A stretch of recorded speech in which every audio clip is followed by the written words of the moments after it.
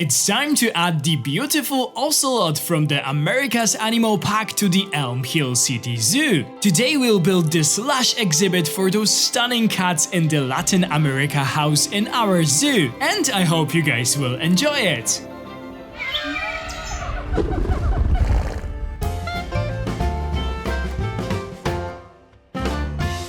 Hello guys, this is Cesar Creates and welcome back to my channel. Today we will build a new habitat in the Elm Hill City Zoo and it will be for the Ocelot from the newest America's Animal Pack. This is the next animal that we are adding to the Latin America house in the Elm Hill City Zoo. We already have the bush dogs and the white-faced sakis from the America's Animal Pack. In case you missed that, the videos are of course up on my channel. We did a small break from building this house because last time I added the final animal to the Goodwin center, which was the African leopard, and judging by all the views, you guys probably enjoyed that, so thank you so much. In case you missed it, the finished Goodwin center is up in the workshop right now, and of course if you have missed the last episode of the Elm Hill City Zoo, I will put the link down in the description and on the screen right now, so we can go and check it out. So last time we've built for the big cat, and today we'll be adding another cat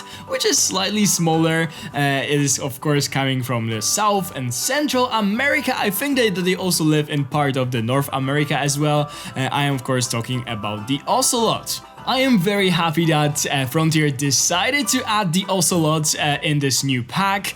This is one of those animals that I really didn't know that I wanted in a game until we got it. It was on one of my wish lists that I uploaded to YouTube some time ago, but it wasn't definitely one of my most wanted animals for this game. But I just really love how it looks in the game, and I'm also very happy to have another cat from the South America. So yeah, very happy that it is now in Planet Zoo, and I am very excited to build this habitat for it. Just as for the bush dogs, today we will only build the outdoor habitat for the ocelots. I will add the indoor part when I will be finishing the house by adding the whole interior in there, so that will be a big episode that is upcoming. We still have one more outdoor habitat to go, and then I will focus on the interior. I just cannot wait for that because I have some pretty nice ideas for it. But yeah, today we are focusing on the interior,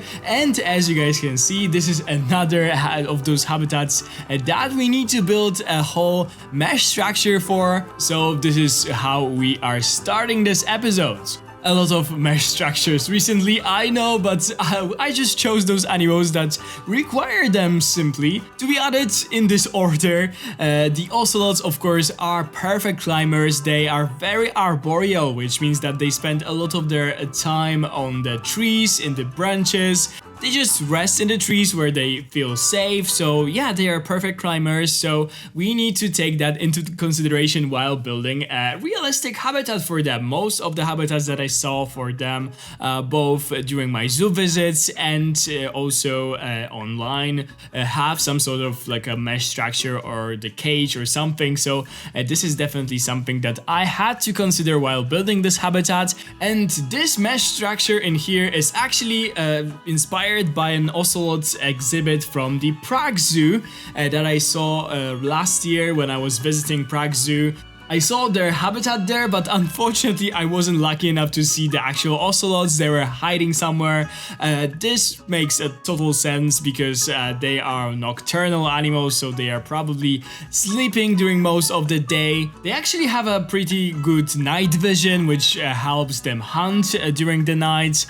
So yeah, they are probably spending most of the time sleeping during the day. That's why you won't see them very active in zoos, unfortunately, unless you are visiting probably early in the morning or maybe during the afternoon hours. I was lucky enough to see one kind of moving in Berlin Zoo some time ago, so yeah, I saw one actually, but in Prague I wasn't so lucky. But the habitat was still quite cool. It was a part of the like a feline house that they have in there, so I tried to take some parts from it and apply this to the Elm Hill City Zoo and our Latin America house. Ocelots are very elusive. they are very mysterious. If you go to the forest in the Amazon or something, you probably will never see one because they're hiding from everyone. So this is also something that I had to keep in mind while building this habitat. So I decided to make it very, very lush. And also, as you could see, I created those windows in the mesh structure. This is also very inspired by Prague, and those are the places where the guests will be actually able to stand and watch them. They won't be able to see them everywhere around the whole enclosure because I will put there a lot of tall plants, different grasses and so on, so that the habitat is more like covered with them, and it creates this really nice looking natural barrier, so that the cats are a bit more hidden from the guest side. This habitat unfortunately is maybe not the perfect spot for our ocelots because it will be located next to one of the main paths in the zoo. That's why I decided to add a lot of those plants, so there is like a little visual barrier between the guests and the animals. Of course, besides the places where those glass panels are that were meant to be very accessible for the guests. By the way, as you guys could probably notice, this whole mesh structure and all the metal elements will change colors during this speed build part quite a lot of times because I couldn't decide on a color there. I was going for something more brown, there slightly more like reddish. Then I also went for something more green, but in the end I decided to settle on a gray color just because this is very closely located next to our white-faced Saki enclosure and the cage that we built last time when we were building a habitat for this house, and because of that I wanted to make those two look a bit more like similar, so that it looks like they belong to the same building, to the same house. So I decided to settle on the gray color, although in Prague I think it is more like brownish or something. And now that I am looking at it, I think that I made a right decision because those gray panels or those gray, I don't know, poles or something look really good in comparison to the brick of the whole building that we have in the back. So yeah, pretty happy with this. To prevent the animals from escaping, we'll also add the mesh on the top of the entire mesh structure, and there'll be actually a little change in the speed build as well, because I decided to add the parts of the African leopard habitat that we've created last time. I really like the curved like mesh that we did there on the top of the mesh structure, so I wanted to use that in here as well. And to not make this video too long, I decided to keep like changing it because it was simply the same thing that I did in my African leopard habitat. If you guys want to check it out, it is of course up on my channel. But yeah, after I was finally done with the whole mesh structure, which took way more time than I thought it will take, I decided to focus on the like exterior of the whole habitat. So I decided to add like a little planted areas, as I told you guys, in front of the mesh structure, and I surrounded them with those small tiny rocks. I created this set of rocks for, I think, the butterfly house way back then, and I am using them from time to time in different builds. And as mulch, I again decided to use the mulch that comes with this big fern or a palm tree. I think it is called a king fern. I don't know, I am always messing up the name of this plant. But if you will like turn it upside down, there is this really nice texture of the mulch that I really like to use. I wish that we have more of the mulch pieces in the game. There's only this one very dark variant, and I really would like to see more.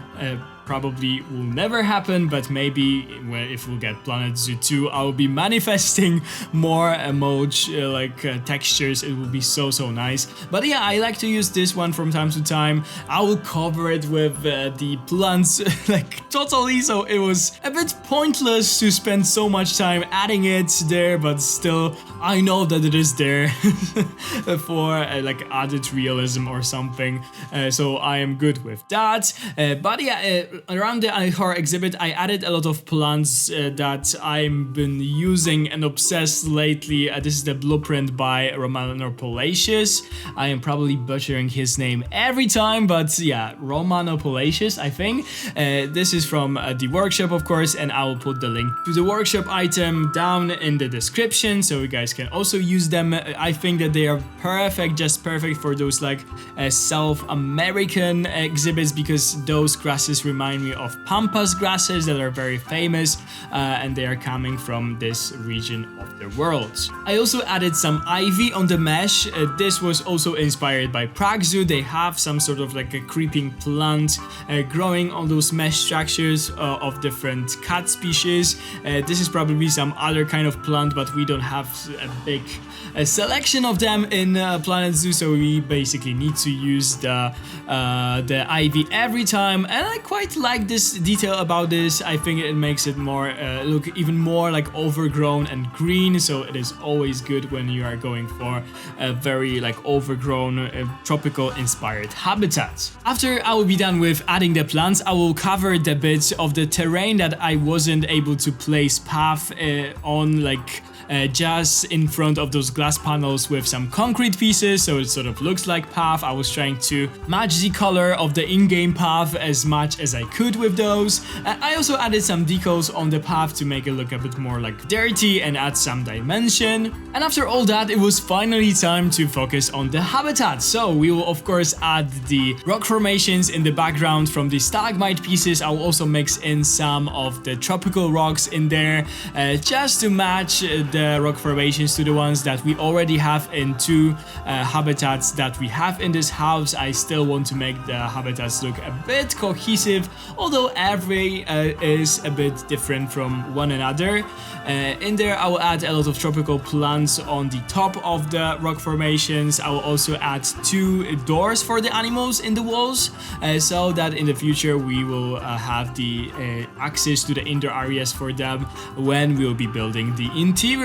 After that, I will focus on some terraforming. I didn't want to make this entirely flat, so we'll have slightly higher terrain in the back of the exhibit and lower next to the viewing panels. And because ocelots are actually excellent swimmers, I wanted to add a little water section for them. It will be a very like tiny pond or something, but they still have some water if they want to go there and swim a bit. Of course, when it comes to the ocelots, as I told you, they love to climb, so we'll be adding a lot of natural climbing frames. I also added one, you'll see that later, that I actually created for the raccoons quite a long time ago, but I still really like it. This climbing bridge for the animals from the enrichment tab, I really like this piece and I need to use it more often. And of course a lot of different plants for the animals to be able to hide if they want to spend the day just sleeping in the plants, just hidden somewhere. And you will see that while adding plants, I was keeping in mind the pacing trails of the animals. So those are the routes that the animal is like normally taking through the habitat. They are next to the enrichment items, the feeders, the water section, the climbing frames where the plants wouldn't naturally grow because the animal is just stomping on them all the time. So this is very typical for cat habitats, also dog habitats in zoos, that they have those pacing trails. So I really wanted to add something like that in here, although we have a lot of plants. I really like building habitats when I can go in with the plants where the animals are actually not herbivores, or they are not huge animals that just destroy everything. So the ocelot is a perfect contender for a very highly like lush and overgrown habitats, and I just love it. So I had really much fun while creating this. Let's talk a bit more about ocelots while I am building this habitat. So they are known for their beautiful fur pattern. To me, I think that this might be actually my second favorite pattern on the cats, on the wild cats. The first place for me is a clouded leopard. Their fur is so beautiful, but the ocelot is a close second. And just like with some other cats that are known for the stripes or for those rosettes or just spots and so on, they are kind of like a fingerprints, so there are no two ocelots that have the same coat pattern. Each one is one of the kinds, and because their coat is so beautiful, they are actually a target of the fur trade, which is so sad.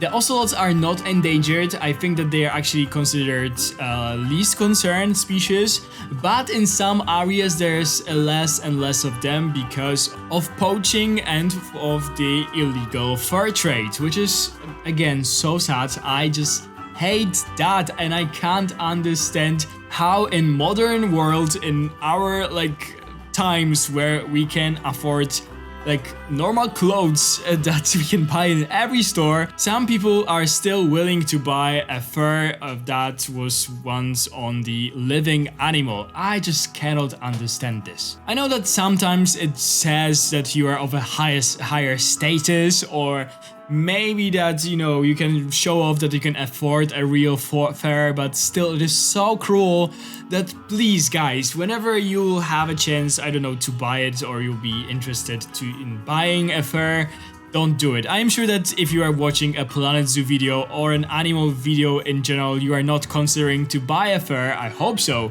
But yeah, buying furs in our world right now doesn't make any sense. It is just cruel, and I personally don't support any of the brands that still use from the illegal fur trade or from the fur farms, which are also really cruel, and the welfare of the animals there is just non-existent. So yeah, that was my rant about the furs. But let's move over to a slightly more pleasant topic. Maybe some of you have seen it already on some of my social media posts, but I am very excited. One of the comments that I get a lot under all of my posts or videos from visiting the real-life zoos all around Europe and the world is that I should visit Paradise. A lot of you guys are suggesting this zoo, and maybe you have seen that I am actually going to Paradise finally, so I hope you guys are happy about this. I am super excited. I actually got a gift from my family and from my friends for my birthday that was last month, and yeah, they bought me actually the stay in the zoo, because if you didn't know, Paradise is considered one of the best zoos in Europe, if not the best, I don't know, but you can actually sleep in the zoo. There are those lodges there and different kinds of rooms, and I actually have a lodge with the view for the bear habitat, so I think there are grizzly bears there, so I'll be just, sleeping there, and there will be a huge window, and the bears can actually go and sit next to me and watch me, and I can watch them. So that is so cool. I'll be spending 2 days in that zoo, and I'll be recording everything. Of course, I'll be showing you my visit. I don't know if I already told you this in my previous video. Maybe I did. Now that I think about it, I genuinely don't know, so sorry about repeating myself if I haven't told you that, but yeah, super excited, cannot wait. I'm going there at the end of July, so still some time, but yeah, finally. And this is the end when it comes to our speedball part of the video, so let's meet in the second in the cinematic shots, so I can show you the finished ocelot habitat in the Elm Hill City Zoo. And that wraps up the newest addition to the Latin America house here at the Elm Hill City Zoo, a lush netted habitat designed for one of the jungle's most elusive predators, the ocelot. Inspired by the beautiful ocelot enclosure at Prague Zoo, this exhibit is all about dense foliage, vertical space for climbing for those animals, and plenty of hidden corners for this cat to stay during the day, as it is a nocturnal species.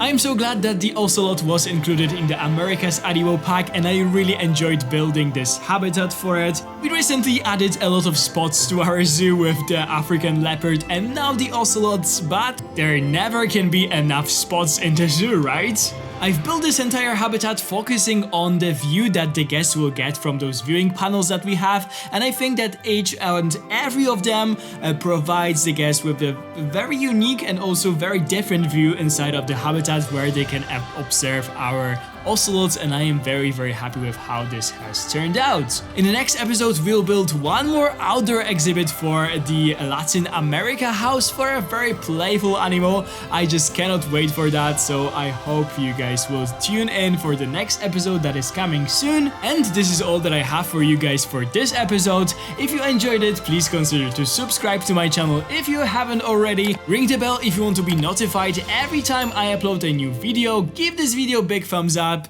and of course leave me a comment and tell me what you think about the new ocelot habitat in the Elm Hill City Zoo. Thank you guys so much for watching, have a wonderful day, and I'll see you in the next one. Bye guys!